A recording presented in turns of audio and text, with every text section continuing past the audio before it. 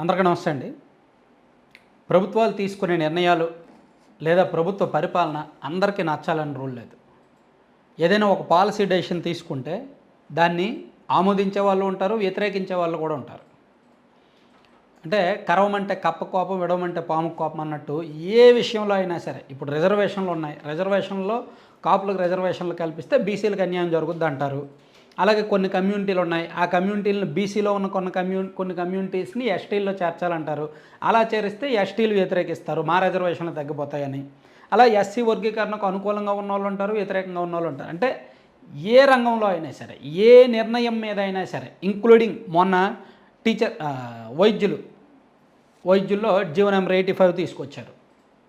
దానిలో కూడా ప్రస్తుతానికి సర్వీస్లో ఉన్నవాళ్ళు, గ్రామీణ ప్రాంతాల్లో పనిచేస్తున్న వాళ్ళకి పీజీ చేయడానికి కోటా కల్పించారు. సో దాన్ని తగ్గిస్తూ ప్రభుత్వం నిర్ణయం తీసుకుంది.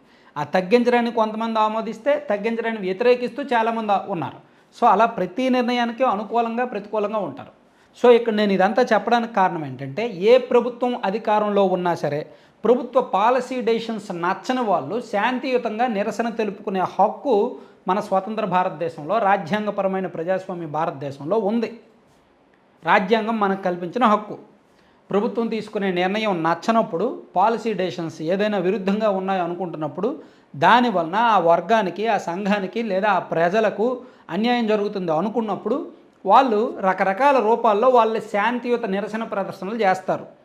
ఈ క్రమంలోనే ప్రమోషన్ల కోసం ఉద్యోగులు చేయొచ్చు, చిన్న ఉద్యోగులు చేయొచ్చు, ఇంక్రిమెంట్ల కోసం చేయొచ్చు, సిపిఎస్ల కోసం చేయొచ్చు, జీతాల కోసం చేయొచ్చు, దేనికోసమైనా చేస్తారు, ఎవరైనా చేస్తారు, ఏ రకంగా అయినా చేస్తారు, జర్నలిస్టులైనా చేస్తారు. అది ఒక హక్కు. కానీ గత 5 ఏళ్లలో ఈ హక్కులను రాష్ట్రం మర్చిపోయింది. 2019 నుంచి 2024 మధ్యలో ఈ హక్కులను రాష్ట్రం మర్చిపోయింది. ఈ హక్కులు వాడుకోవడం మర్చిపోయారు అనే కంటే హక్కులను వాడుకోవడానికి భయపడ్డారు. గత 5 సంవత్సరాల్లో కేవలం ఎన్నికలకు ఒక 4-5 నెలల ముందు అంగన్వాడీలు చేసిన నిరసన తప్పితే 2019 జూన్ నుంచి 2024 జనవరి వరకు ఏ ఒక్క ఉద్యోగ సంఘం కానీ, ప్రజా సంఘం కానీ, వామపక్షాలు కానీ ఎవరైనా సరే రోడ్డెక్కారా? రోడ్డెక్కి ప్రశాంతంగా ఉండగలిగారా? ఏదో 1-2 సందర్భాల్లో ఉద్యోగ సంఘాల వాళ్ళు పీఆర్సీ కోసము, సిపిఎస్ రద్దు కోసము పెద్ద పోరాటానికి పిలుపునిచ్చారు, చలో విజయవాడ పిలుపునిచ్చారు. ఒక్కసారి సక్సెస్ అయ్యారు. కానీ వాళ్ళ మీద ఎన్ని కేసులు పెట్టారు, ఎన్ని రకాలుగా ఇబ్బందులు పెట్టారు. ఎంతోమంది తమ డిమాండ్లను అణిచివేసుకున్నారు. అరే రోడ్డెక్కితే ఏం కేసులు పెడుతున్నారో తెలియట్లేదు, వాళ్ళ మీద నిఘా ఉంటుంది, వాళ్ళకి పోలీసుల నుంచి హెచ్చరికలు వస్తున్నాయి. టీచర్సు, ఎంప్లాయీసు, నిరుద్యోగులు ఎంతోమంది ప్రభుత్వం చేత బాధితులుగా మారిన ఎన్నో వర్గాలు రోడ్డెక్కాలనుకొని, వాళ్ళ నిరసన తెలియజేయాలనుకొని ఆగిపోయారు, స్వేచ్ఛగా రాలేకపోయారు. ఎందుకంటే భయపడి సంబంధం లేని కేసులు పెడుతున్నారు, సంబంధం లేని అంశాల్లో ఇరికిస్తున్నారు అని భయపడి. గత ప్రభుత్వం అలా సాగింది. అందుకే వాళ్ళకి ఆ రిజల్ట్ వచ్చింది. ప్యూర్లీ చాలా వర్గాల చేత లేపితన్నించుకున్నారన్నాను కదా, ఈ వర్గాలు కూడా ఉన్నారు, వీళ్ళు కూడా లేపితన్నారు.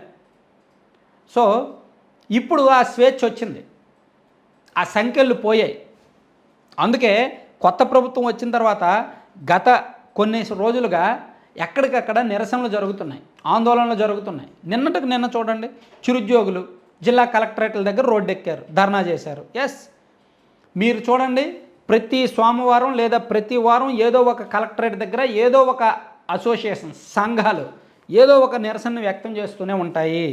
అది కౌలు రైతులు కావచ్చు, కౌలు రైతులకు చట్టాల కోసం, రుణాల కోసం, అంగన్వాడీలు కావచ్చు, ఆశాలు కావచ్చు, జీతాలు పెంచమని, లేదా చిన్న స్థాయి ఉద్యోగులు కావచ్చు, అవుట్సోర్సింగ్ వాళ్ళు కావచ్చు, రెగ్యులరైజ్ చేయమని, కాంట్రాక్ట్ ఎంప్లాయీస్ కావచ్చు, ఎవరైనా సరే నిరసన వ్యక్తం చేస్తారు. అది వాళ్ళ ధర్మం, అది వాళ్ళకి ఇచ్చిన హక్కు. కానీ గత 5 ఏళ్ళు ఆ పరిస్థితి లేదు రాష్ట్రంలో. సో ఇప్పుడు 5 ఏళ్ల తర్వాత వాళ్ళ హక్కులు మళ్ళీ వాళ్ళకు వచ్చినంత ఫీలింగ్ కలుగుతుంది. సో ఇక్కడ ఈ ధర్నాలు, నిరసనలు జరుగుతుండడాన్ని ప్రభుత్వాలు కూడా యాక్సెప్ట్ చేయాలి. అందరూ కూడా సంతోషంగా ఉండాలి, అందరూ ఆనందంగా ఉండాలి అంటే అది అయ్యే పని కాదు. రాజుల కాలంలో, రాచరికంలో, రాజ్యంలో ప్రజలందరూ కూడా ఆనందంగా ఉన్నారో లేదో చూడరా అని చూసి వచ్చేవాళ్ళు. వాళ్ళు వచ్చిన వాళ్ళందరూ కూడా అవునండి ఆనందంగా ఉన్నారండి అనే చెప్పేవాళ్ళు. లేదు ఆనందంగా లేరు అని చెప్తే ఈడికి పడతాయి, ఆడికి పడతాయి. అందుకు గత 5 ఏళ్ళ పరిస్థితి ఉండేది. అంతా కూడా యాక్టింగ్‌లా అయిపోయేదనమాట. అంతా బాగుంది, బాగుంది, బాగుంది, సూపర్, అద్భుతం అనేలా అయిపోయింది. కానీ ఎప్పుడూ ఏది బాగోదు.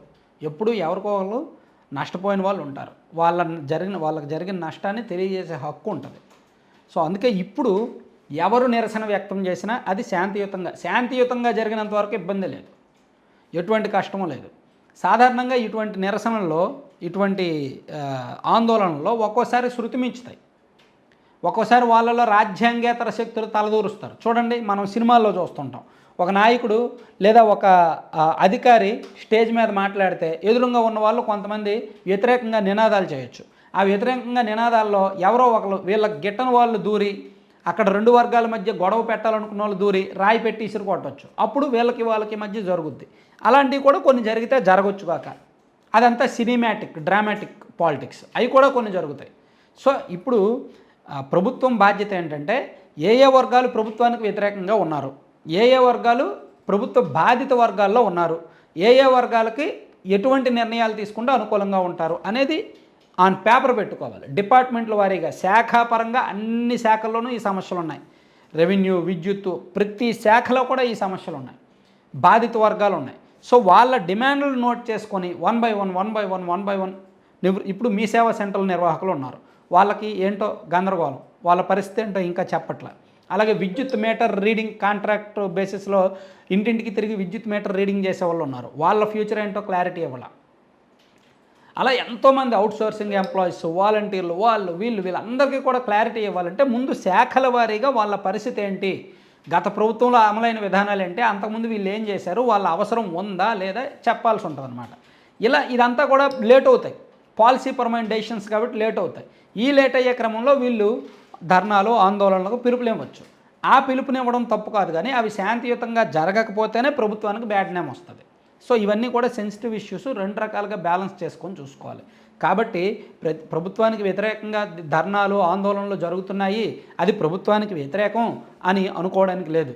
ఇన్నాళ్ళు ఇటువంటి వార్తలు రాయని సాక్షిలో ఇక మీదట విపరీతంగా రాస్తారు. అవసరమైతే రోజు ఫస్ట్ పేజీలో ఒక వార్త పెడతారు, ఇదిగో ప్రభుత్వానికి వ్యతిరేకంగా అక్కడ గొడవ జరిగింది, అక్కడ ధర్నా జరిగింది అని. సో గత 5 ఏళ్ళు జరగలేదు కదా, ఇప్పుడే జరుగుతున్నాయి కదా అని చెప్పి కొత్తగా చూసిన వాళ్ళు అనుకోవచ్చు. గత 5 ఏళ్ళు జరగకపోవడం కాదు, గత 5 ఏళ్లలో కడుపు మంటని కడుపులో దాచుకున్నారు, ఆ మంటని లోపల దాచుకున్నారు, ఆ పెయిన్ లోపల అనుభవించారు. సో ఇప్పుడు వచ్చిన సమస్యలు ఇప్పుడే వచ్చిన సమస్యలు కాదు, గతంలో నుంచి ఉన్న సమస్యలే. సో అవి ఇప్పుడు కొనసాగుతున్నాయి అన్నమాట. సో మనం ఓవరాల్గా చూసుకుంటే ప్రభుత్వం తీసుకునే నిర్ణయాలు బట్టి రకరకాల ఆందోళనలు, ధర్నాలు జరుగుతాయి.